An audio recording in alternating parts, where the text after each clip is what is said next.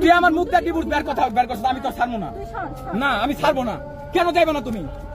তুমি কেন সিনকেট করতেছো? তোমার উদ্দেশ্য কি ছিল?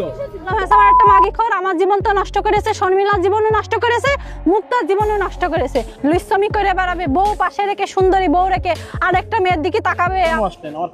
আমি শুধু জানতাম যে ওর বিয়ে হয়েছিল, বউ চলে গিয়েছে, কিন্তু ও নামাজ কালাম পড়তে নেশা করে না, এই কারণে আমি ওর কাছে আসছিলাম। শর্মিলাকে ইঙ্গিত, আকার ইঙ্গিত দিয়ে ও আসলে খুশা মারে। আমি কই যে এগুলো আমার পছন্দ না, কেন তুমি এগুলো লেখছো? ওর তো সবার কাছে, দুনিয়ার কাছে খারাপ বানাইছোই। অবশেষে আলম হাসানের 4 নম্বর সংসারও যেন ভেঙে গেল।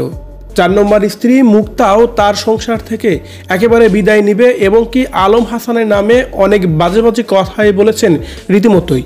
যে অভিযোগগুলো আলম হাসানের নামে তুলেছে মুক্তা, সেই কথাগুলো শুনলেও যেন অবাক হবেন আপনিও। তাই কি বলছে তিনি জানতে হলে সম্পূর্ণ ভিডিওটি দেখে সঙ্গেই থাকুন।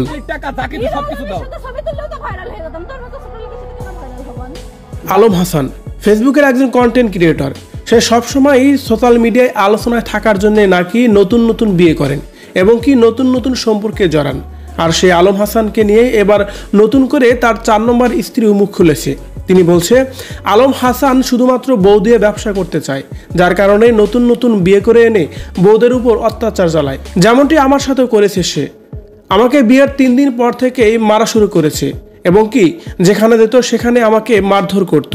শুধু তাই নয়, কক্সবাজার গিয়েও আমাকে মারধর করেছে। তাই আমি চাচ্ছি তার সংসার করব না, তার কারণ সে ভালো মানুষ মোটেও না। সে একজন দুশ্চরিত্রা এবং কি বাজে মানুষ। এরকম মানুষ আমি আমার জীবনে খুব কমই দেখেছি। এ সময় আলম হাসানের স্ত্রী মুক্তা শর্মিলার প্রশংসা করে বলেন শর্মিলাও অনেক ভালো ছিল। শর্মিলা আলম হাসানের সংসার করতে চেয়েছিল, কিন্তু আলম হাসান সেটা কখনোই করেনি, কারণ নতুন নতুন নারীতে আসক্ত আলম হাসান, যার কারণে শর্মিলার সাথে সংসার না টিকে আমাকে বিয়ে করে। আমি ভালো জেনে ভালো বুঝে বিয়ে করেছিলাম, কিন্তু তার ভিতরটা যে এত খারাপ সেটা আমি কখনোই ভাবতেও পারিনি। শুধু তাই নয়, আমাকে তাবিজ কবজ করে যেন আমার অনেক সমস্যা বানিয়ে ফেলেছে রীতিমতোই। আমার সবসময় পেটে ব্যথা করে এখন।